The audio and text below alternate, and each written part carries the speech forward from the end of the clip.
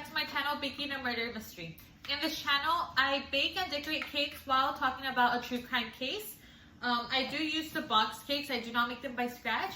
But if this is something that you think you will be interested in, please keep watching.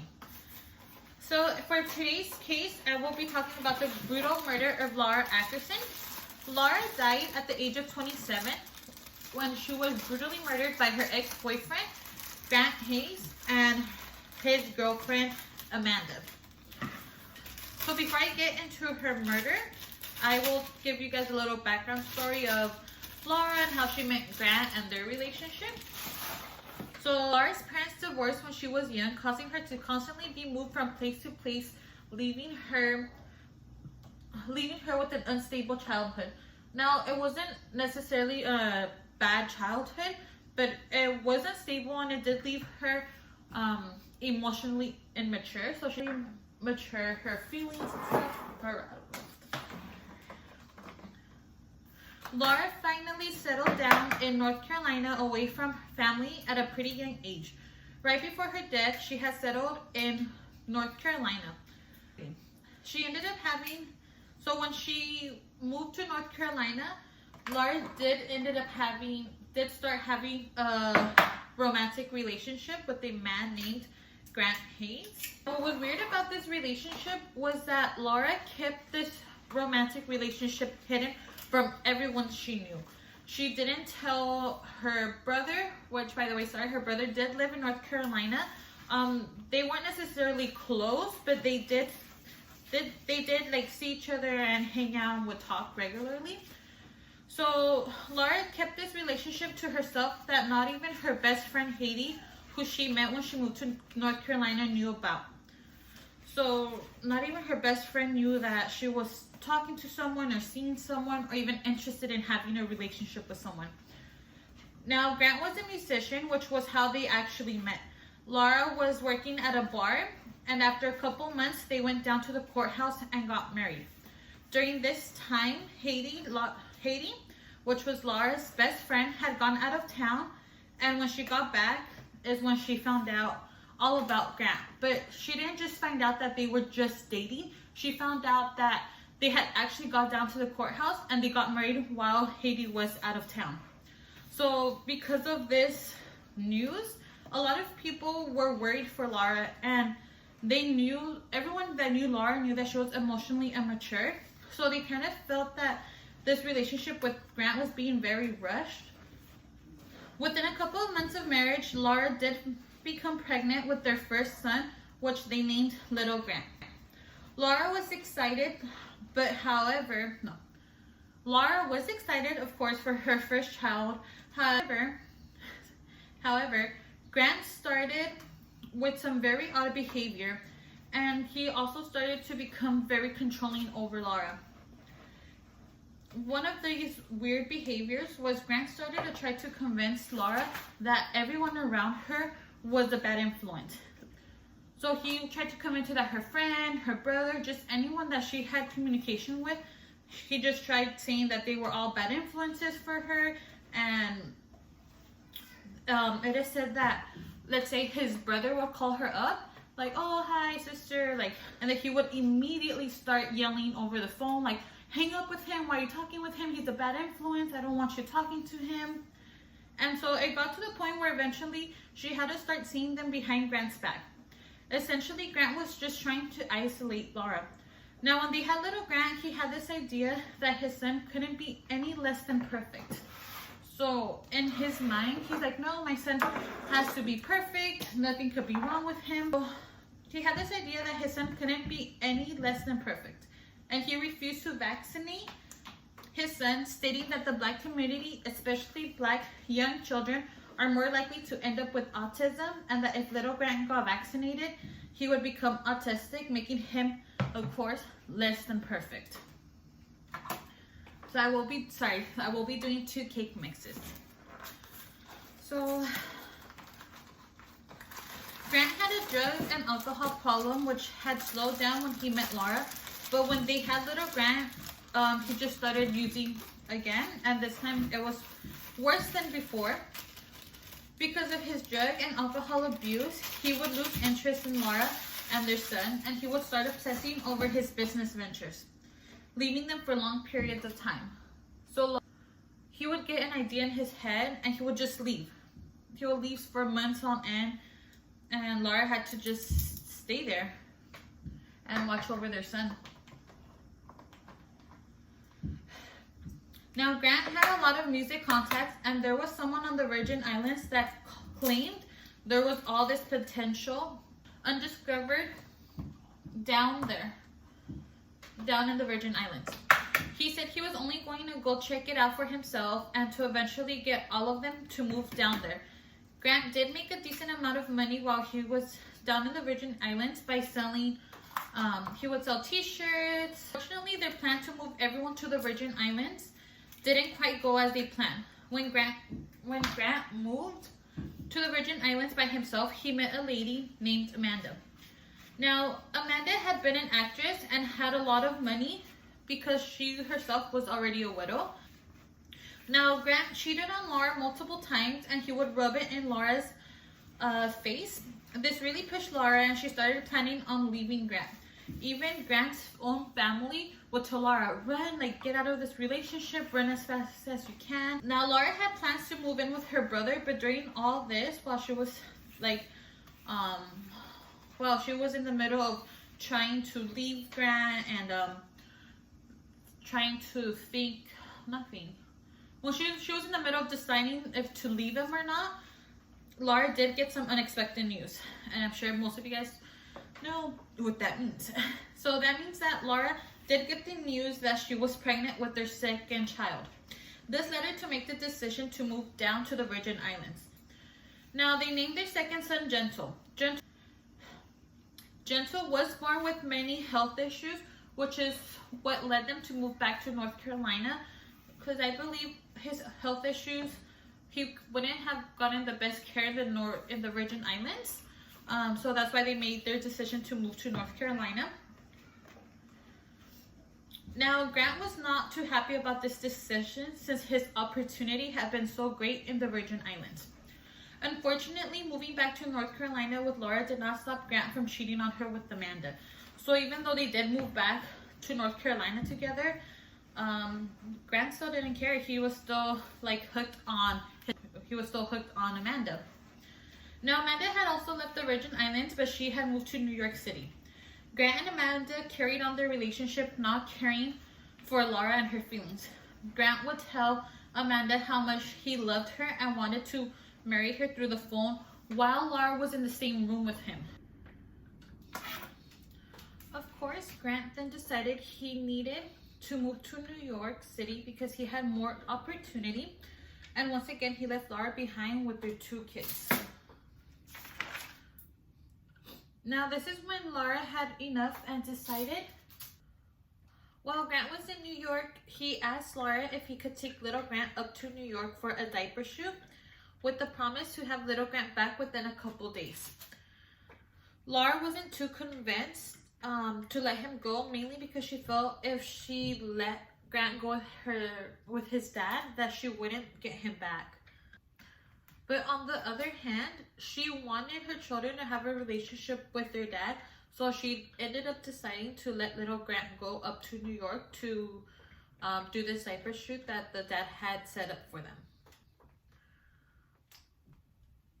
After a couple days, little Grant was not back with his mom, and about a week later, Laura saw a picture posted all over Facebook.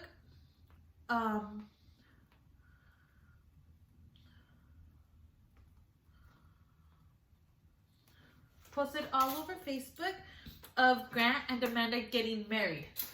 So of course this infuriated Laura, and she just went off and she called them, and she was like, how can you marry Amanda? That can't be possible. That can't be possible if you are still married to me. So how could you marry Amanda? And you guys, this is when she got the most hardest news, I guess. And it was just a really shock to her. And Grant simply said, we were never married. I never signed the paper. And so of course Laura goes back and she runs to get their marriage certificate. And sure enough, in the line where Grant was supposed to sign, it was blank. He had never signed the papers, so legally they have never been married. So now Laura just realized that she was never married to Grant, and her oldest son, little Grant, was in New York with his dad. And she didn't know what to do. She didn't know what legal action she could take, since of course she did think that they were married this whole time, so they don't have like a custody agreement. So Laura also feared that if she pushed Grant, that would cause for him to definitely keep little Grant from her. Now, she had a great reason to feel this way. She knew how Grant was, and sure enough, Grant and Amanda had filed for an emergency custody over the two boys. This led to an emergency hearing where Laura was not even aware of, so of course she was not present. Grant had told the court that Laura was mentally unstable and an unfit mother, and because of that, little Grant and Chinto should be in his custody. And of course, the court granted it. Laura wasn't there to speak up for herself. No one was there on Laura's behalf. So they went and took Chinto away from Laura, since Grant and Amanda already had little Grant in their custody. Now, the boys were to remain with Grant and Amanda for 30 days until a trial could actually be held, and Laura had to just accept this. During those 30 days, Laura prepared herself for the trial with her own allegations towards Grant regarding his mental health and his violent tendencies. With the advice of her best friend Haiti, so I mentioned her earlier in the beginning, she was actually in the criminal justice field, and she told Laura just to keep track of every detail of her life, of her day, the conversations she had with Grant, just anything that she could help for the case. Now, since both Laura and Grant questioned each other's mental health, the judge decided that they both needed to have a psych evaluation.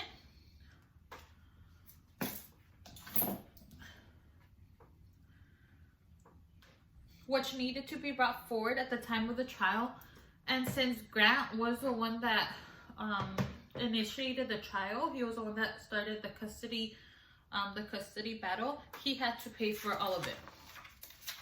Months passed, and Grant and Laura weren't in the best place. They were still very hostile with each other. And well, of course, Laura knew that she had to remain as calm as possible and work with Grant in order to keep the relationship she has with her sons a good and healthy one.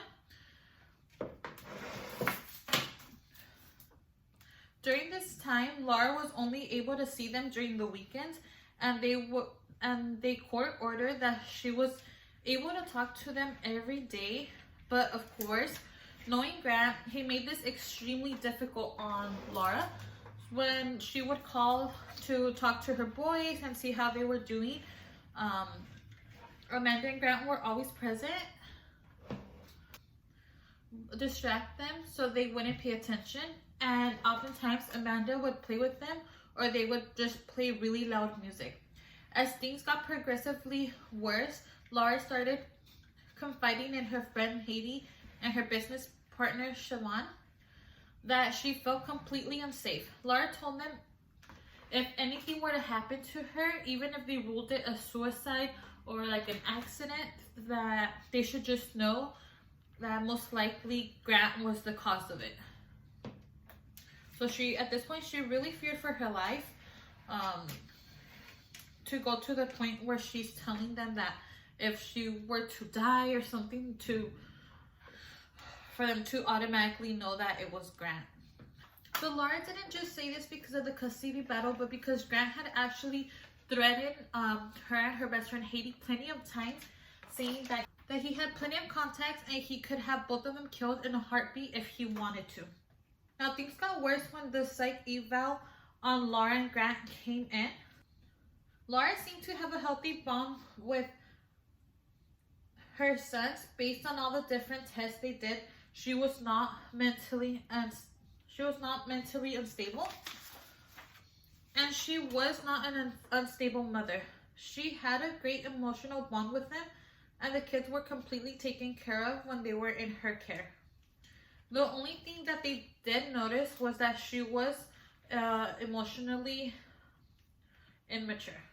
A little bit because of her past. And she lacked a sense of self, and what they recommended was for her to just join mom groups in her area and for her to start hanging out, since again she was isolated because of Grant. Grant, however, is a different story. He did not have a great relationship with the kids, and the boys did seem to be more violent when they were in his care. And they also noticed he would take any moment possible to start bashing on Laura. At the end, the doctor recommended Grant had a full evaluation because of his disturbed thinking, and recommended the boys had a 2-3 schedule. So that means like you get them for 2 days and the other person gets them for 3 days, and then they'll just alternate like that. This made Grant pissed that he had spent so much time and energy trying to convince everyone that Laura was this horrible person, that he actually believed it himself. And he was mad that all the claims against Laura were found not to be true, and he was the only one that came out looking bad. So after this, the trial was set soon, but unfortunately Laura never made it to the trial date. So Grant would let Laura meet the kids on Wednesdays to go to Monkey Joe's, where he actually knew the manager. They were allowed in for free and got free pizza, and this allowed Laura to see the boys a few hours in the middle of the week. But the last time they had done a midweek visit, it had ended pretty badly, and Grant said it would never happen again. However, on the 12th of July 2011, she received an email from Grant, and he asked her if she would like to see the boys for the midweek visit, which of course Laura was excited for. I mean, she never turned down the opportunity to see her kids. The very next day, the 13th of July, after running some errands, she headed out to meet Grant and her boys, and at 4:59 p.m. she made her last phone call to Grant. Before Laura had left to see them, she had scheduled a call with her business partner Siobhan at 9 p.m. to go over, I think, the bookkeeping of their business. However, 9 p.m. came and she missed that call. Her business partner thought that maybe she got busy and would eventually hear from her the next day, but over the next few days, nobody had seen or heard from Laura. And on the 18th of July, she was reported missing by her business partner / friend Siobhan. Police quickly found out that she was going to meet up with Grant and her sons on July 20th.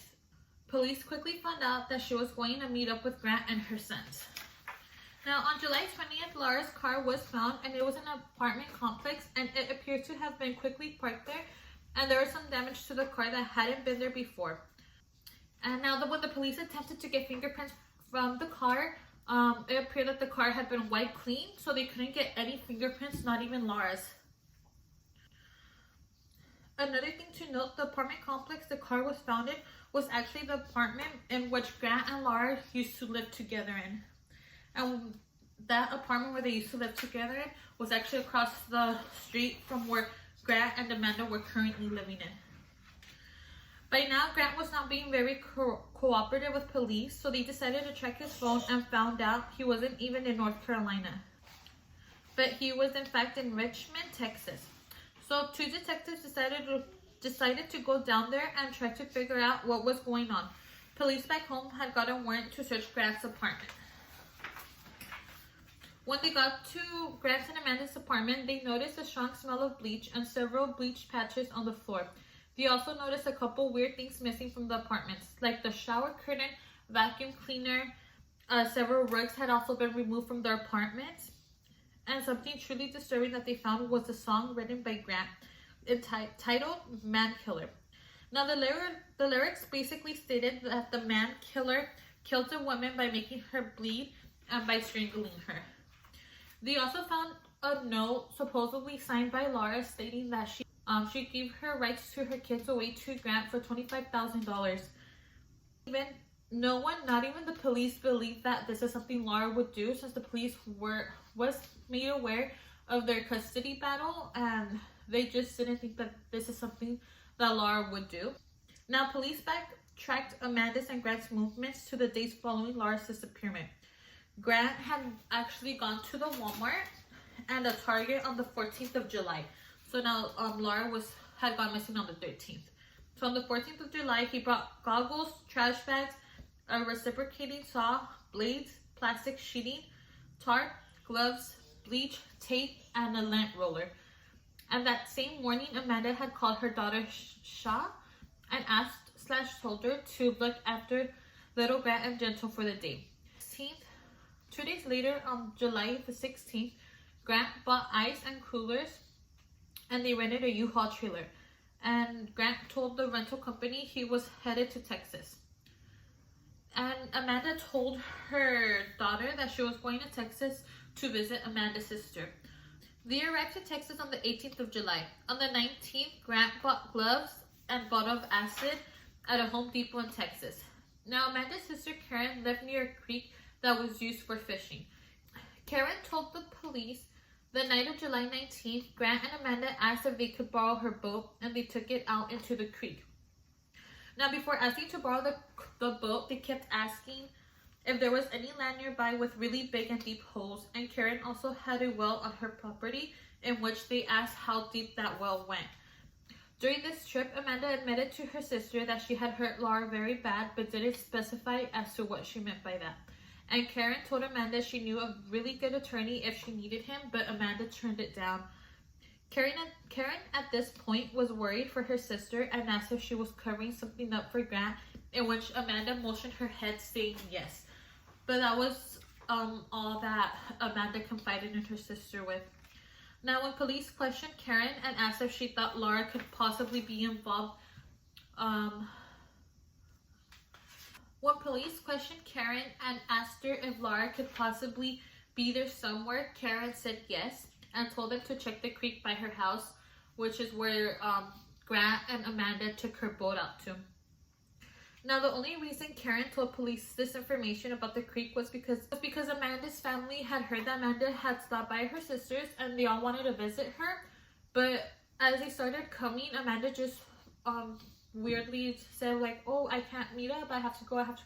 And that's when her and Grant took that suspicious boat trip out to the creek. The creek was searched and decomposed and dismembered body parts were found. It was confirmed that the body parts were those of Laura Ackerson. So now police are looking for Amanda and Grant since they had already left Texas. By the time the detectives got to Texas, Amanda and Grant had already left. So Grant and Amanda headed back to North Carolina, and they actually went to Grant's parents' house. They got there and they unloaded a couple things from the car, and then Grant parked the car behind his parents' house. So like if you were to go passing by, you wouldn't be able to see the car. So it was out of view. The police got a warrant for the car and Amanda's and Grant's phones.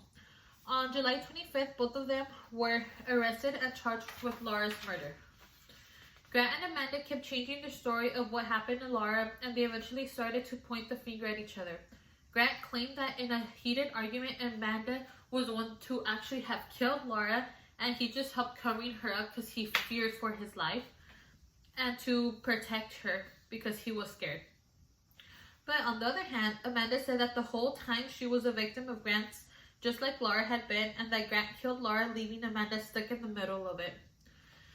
It was the prosecution's case that both Amanda and Grant killed Laura and then dismembered her in North Carolina and decided to dispose of her body in Texas.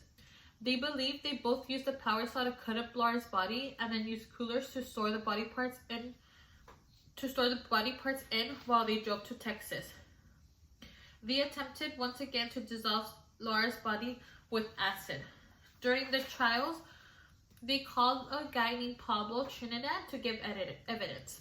So now Pablo testified that in July 2011, he was being held in the Wake County Detention Center on federal charges, while Grant was being held in the same location for the murder charge.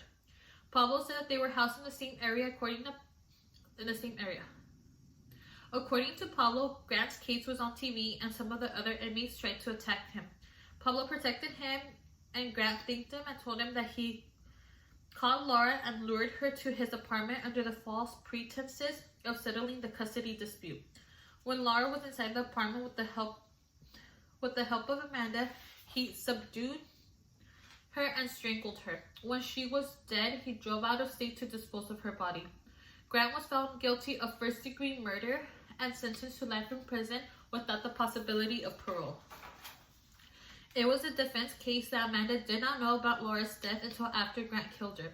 She helped him cover it up because she was afraid of Grant, as he threatened to kill her if she didn't help him dispose of the body. It was their case that Grant was a sociopath and he had lied to her and manipulated her as well.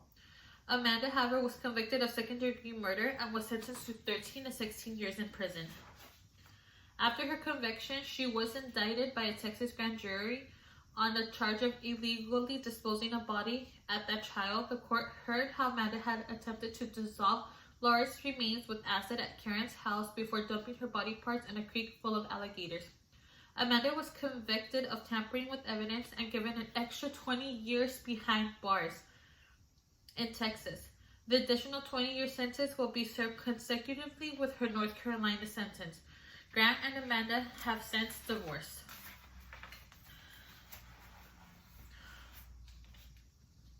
So now, unfortunately, the pathologist couldn't seem to find an exact cause of death because of the state of decomposition of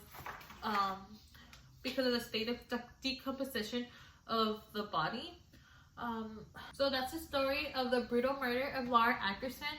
It's such a sad story for a mother who really loved her sons and she just wanted to be with them. I don't know why Grant wouldn't just give her children and let them be if he really didn't want anything to do with them. And it doesn't really seem, in my opinion, it doesn't really seem that Grant really loved being a dad. So I don't know why not just leave her sons with their mother, because now the kids are the ones that are going to suffer. They're not going to have either their mom or their dad with them. But so that's the sad story of Laura Ackerson and how she died at the age of 27. I hope you guys enjoyed this video. Make sure to please like, comment, and subscribe if you guys would like more. And you guys are always welcome to comment down below any interesting cases you guys have heard and would like me to try covering. So thank you again for all the love and support you guys have been showing me. And I'll see you next time.